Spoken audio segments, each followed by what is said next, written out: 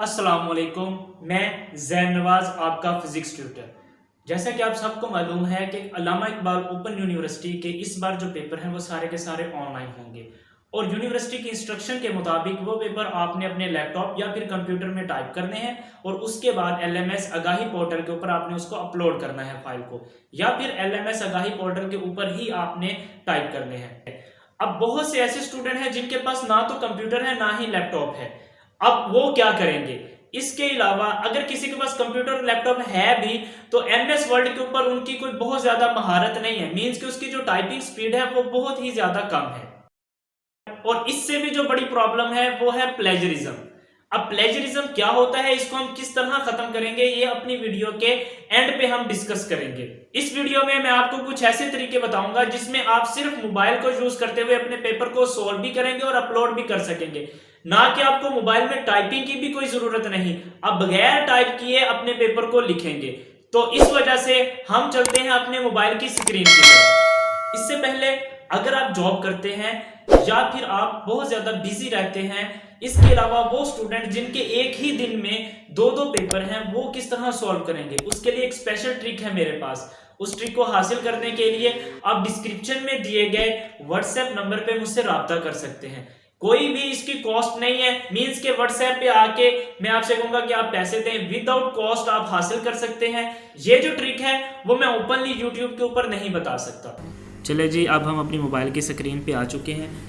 अब देखें, आपके जो क्वेश्चन आएगा आपने क्वेश्चन को पढ़ना है और उस क्वेश्चन का जो आंसर है वो बुक में से आपने ढूंढना है। जब आपको क्वेश्चन मिल जाएगा आपने उसका सिर्फ एक पैराग्राफ को रीड आउट करना है। जब रीड आउट किया, आपके जहन में जो भी बात उसकी समझ आई है, अब आपने वो बात को क्या करेंगे, आप लिखेंगे। कहाँ पे लिखेंगे जी? आपके पास तो लैपटॉप या कंप्यूटर इस तरह की कोई भी चीज़ नहीं है, तो ये हमारे पास जो नोट पैड हैं हर किसी के मोबाइल में होते हैं। तो आपने नोट पैड को ओपन करना है और यहाँ पे मैंने ये कुछ डाटा लिख के रखा हुआ है। मैं इस डाटे को क्या कर देता हूँ जी, मैं यहाँ से इसी डाटे को अभी कॉपी करता हूँ। आपने भी इस तरह लिख लेना है। मज़ीद मैं नेक्स्ट अभी आपको बताता हूँ कि बगैर आप लिखे, आपको लिखने की भी ज़रूरत नहीं है, वो फिर आप किस तरह करेंगे वो नेक्स्ट मैं अभी बताता हूँ। अब यहाँ से ये जो आपने डाटा लिखा हुआ है इसको हम कर लेते हैं जी कॉपी। कॉपी करने के बाद दोबारा से हम मेन्यू में जाते हैं अपने, हमने क्रोम को ओपन करना है। ये जैसे ही मैंने क्रोम को ओपन किया है तो ये मैंने लिखा हुआ है Google translator English to Urdu. आप उर्दू टू इंग्लिश लिख सकते हैं, लेकिन कोई नहीं, ये जो डबल एरो लगा हुआ है आपने इसको क्या करना है जी, क्लिक कर देना। अब उर्दू से इंग्लिश में कन्वर्जन हो जाएगी, ठीक है। अब यहाँ पे आपने क्या करना है, जो भी आपका डाटा था जो वहाँ से आपने कॉपी किया है उसको हम यहाँ पे क्या कर देते हैं, पेस्ट कर देते हैं। अब ये जो मैंने यहाँ पे पेस्ट किया है, अब इसी की ही इंग्लिश में, मीन्स के ये इंग्लिश में लिख के खुद ब खुद हमें दे देगा। अब मज़ीद हम देखते हैं तो ये देखें, अब उसने हमें तमाम जो हमने ऊपर लिखा हुआ था वो सारा का सारा इंग्लिश की फॉर्म में लिख के दे दिया। आप यहाँ पे दो पैराग्राफ को भी क्या कर सकते हैं कि इसी तरह कन्वर्ट कर सकते हैं इंग्लिश में, लेकिन बहुत ज़्यादा लंबे पैराग्राफ को आपने इस इंग्लिश में कन्वर्ट नहीं करना, क्योंकि फिर थोड़ा मसला आ जाता है इसका। तो हमने यहाँ से ये जो आपको कॉपी नज़र आ रही है, यहाँ से आपने कॉपी कर लेना है। जब आपने ये कॉपी कर लिया, दोबारा से हम अपने मेन्यू में चले गए, ठीक है, और दोबारा से हमने क्या किया, अपने नोटपैड को ओपन किया। नोटपैड को ओपन करने के बाद यहाँ पे तो हम थे, अब हम ज़रा बैक चलते हैं। हमने एक न्यू नोटपैड बनाना है। इधर पॉजिटिव का साइन आएगा, आपको नज़र आ जाएगा, ठीक है। आपने पॉजिटिव के साइन पे ओपन करना है और यहाँ पे फिर टेक्स्ट पे ओपन करना है और यहाँ पे आके आपने वो जो डाटा वहाँ से कॉपी किया हुआ है उसको पेस्ट कर देना। देखें, ये इंग्लिश की फॉर्म में हमने इतना बड़ा पैराग्राफ लिख चुके हैं, ठीक है। अब इससे नेक्स्ट फिर हम लिखना शुरू कर देंगे और इसी तरह ही हम यहाँ पे क्या करते रहेंगे जी, लिखते रहेंगे। अब हम यहाँ से बैक चलते हैं, तो जैसे ही हम यहाँ से बैक गए हैं ये खुद ब खुद सेव हो जाएगा, हमें सेव करने की कोई ज़रूरत भी नहीं है। अब दूसरी बात ये रही कि मैंने कहा था कि आप लिखेंगे भी नहीं, बगैर लिखे आप पेपर सॉल्व कर सकते हैं। बहुत से ऐसे लोग हैं जिन्हें मोबाइल के ऊपर उर्दू टाइप नहीं करनी आती, तो अब उनके लिए क्या है, वो दोबारा से इस पॉजिटिव के साइन को क्या करेंगे जी, क्लिक करेंगे और यहाँ पे टेक्स्ट में चले जाएंगे। जैसे टेक्स्ट में जाते हैं हम, तो हम यहाँ पे हमने क्या करना है जी, कुछ लिखना है। लिखने के लिए हमें कीबोर्ड सेलेक्ट करनी है। देखें यहाँ पे मेरे पास 2-3 तरह के कीबोर्ड पड़े, तो आपके पास ये जी बोर्ड है तो ठीक है, नहीं तो आपने क्या करना है, उर्दू वॉइस कीबोर्ड को डाउनलोड कर लेना है। इसके ज़रिए से भी आप लिख सकते हैं। मैं अभी अपने जी बोर्ड की तरफ ही जाता हूँ, ठीक है। जी बोर्ड की तरफ जाने के बाद मैं इसकी लैंग्वेज चेंज कर देता हूँ। लैंग्वेज का ऑप्शन इस यहाँ पे नीचे आपको बिल्कुल जो स्पेस वाली जहाँ से हम स्पेस देते हैं उसके साथ एक ऑप्शन होता है जहाँ से हम लैंग्वेज को चेंज कर सकते हैं। अब लैंग्वेज चेंज करने के बाद हम यहाँ पे ये जो आपको नज़र आ रहा है माइक, इस माइक पे क्लिक करके हम बोलते जाएंगे और ये लिखता जाएगा। जैसे कि मैं अब इस पे क्लिक करके मैं बोलता हूँ अभी, अस्सलामुअलैकुम, ये वीडियो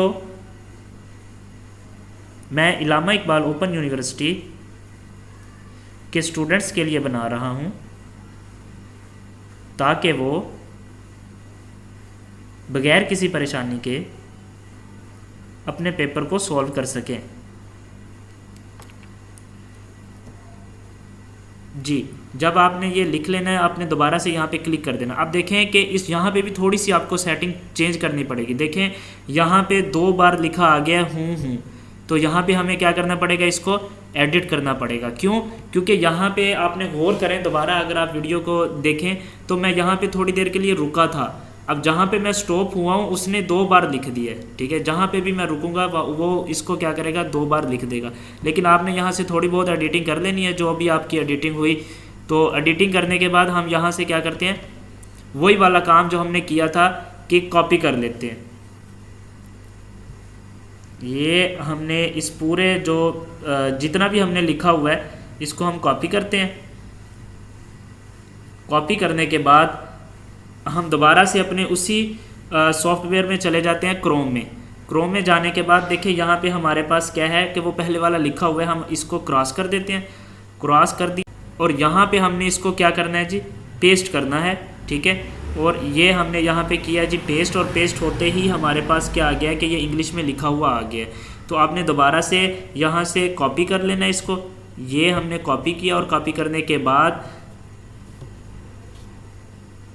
हम अपने दोबारा से उसी सॉफ्टवेयर में गए, मतलब कि नोटपैड जो हमारा था, नोटपैड में गए और यहाँ पे हम वो वाला क्वेश्चन लिख रहे थे।